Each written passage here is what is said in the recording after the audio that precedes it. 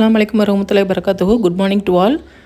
Last வீடியோவில் நம்ம net exam set எக்ஸாம்னா என்னங்கிறத பார்த்தோம். இந்த வீடியோவில் நம்ம அதோட எலிஜிபிலிட்டி என்ன, யாரெல்லாம் எழுதலாம், அதுக்கப்புறமா எக்ஸாமில் வந்து என்னென்ன மாதிரி கொஷின்ஸ் எல்லாம் இருக்கும் அப்படிங்கிறது தான் பார்க்க போகிறோம்.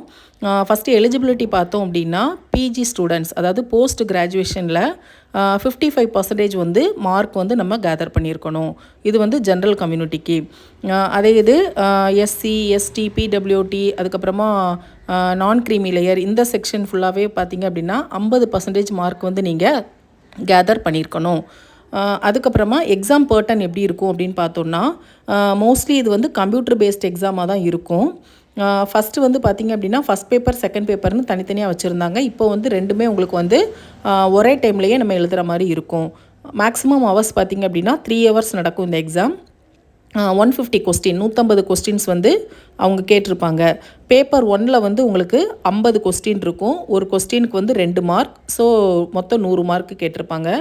பேப்பர் 2 பார்த்திங்க அப்படின்னா 100 கொஸ்டின் இருக்கும். ஒரு கொஸ்டினுக்கு 2 மார்க், மொத்தம் 200 மார்க்குக்கு உங்களுக்கு கேட்டிருப்பாங்க. ஸோ 150 கொஸ்டின் நீங்கள் கெட் பண்ணக்கூடிய மார்க் வந்து பார்த்திங்க அப்படின்னா 300 மார்க்ஸ். சரிங்களா?